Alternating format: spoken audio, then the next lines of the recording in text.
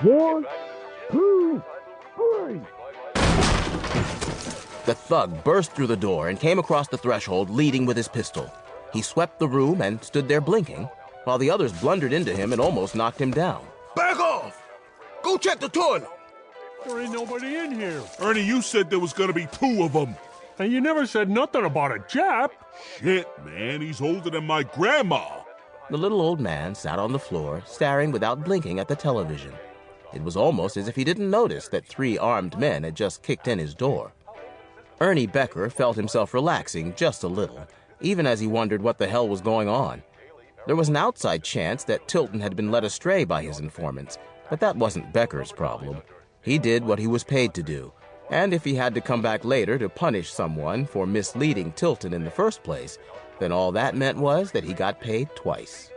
He leaned forward and pressed the power button on the television. Hey, Pops, we need to talk. Chun turned and examined the thug the way a butcher might regard a cow or hog, deciding where the first cut should be made. He didn't speak, but simply returned the killer's gaze without a hint of trepidation. Hey, you speak English, old man? Chun nodded silently. As a mental exercise, he found the thug's carotid artery and spent a moment counting heartbeats. This one did not want his friends to know he was afraid. Well, say something then. You should step aside and turn the sound back on. I don't believe this shit. You got more problems than a fucking TV show, old man. It is poor quality, of course, but better than Roseanne. Hey, you can forget about Roseanne, all right? It is my pleasure. So where's your buddy? Who? You got somebody staying with you. Where is he? He is gone. Gone where, old man? Who can say? You better say. We haven't got all night. Then you should not waste precious time with foolish questions. What?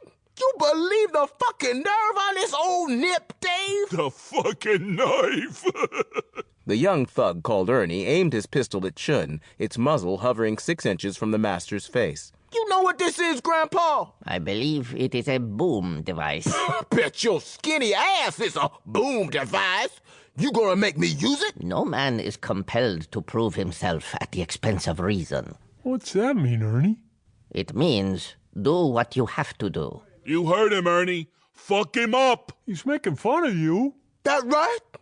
You making fun of me, old man? I am not Mother Nature. I am not responsible for your deficiencies.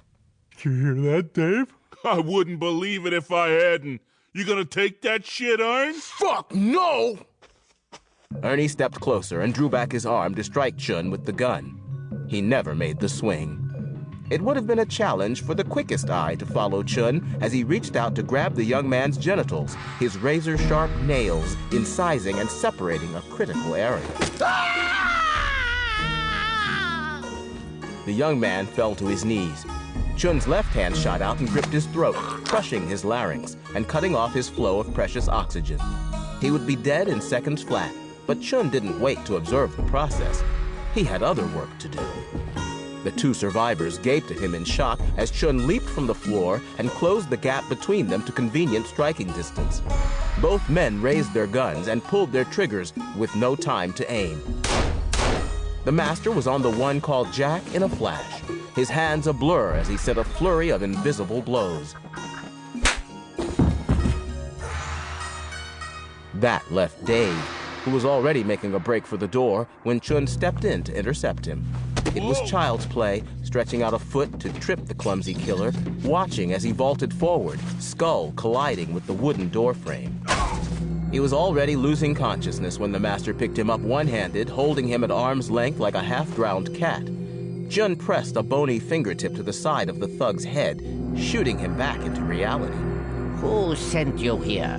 Hey, man, I just go where I'm told, okay? Ah! Hey, Jesus!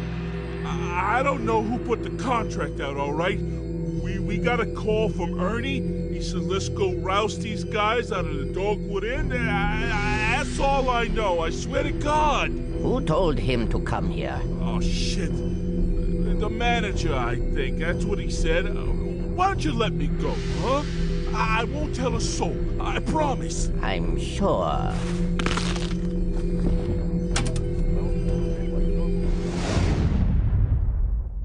Joy Patton stood in the bathroom doorway, blinked at Remo, then went back to staring at the bodies in the bathtub.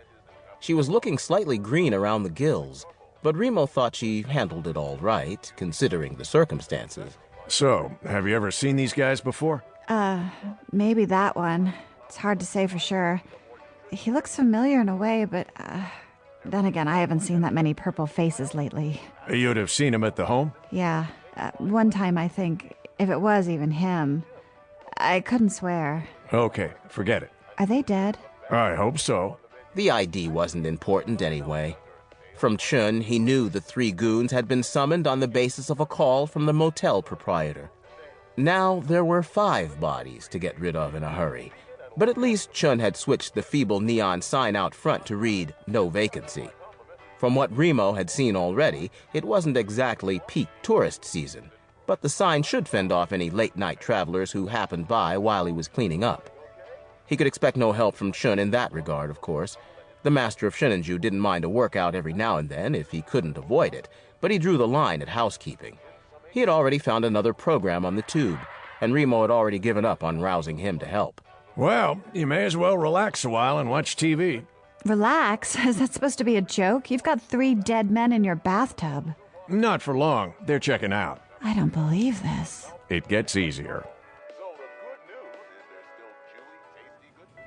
Remo's search for an appropriate cemetery had ended at the motel's ice machine. The freezer had a spacious bin, enough for several hundred pounds of ice cubes.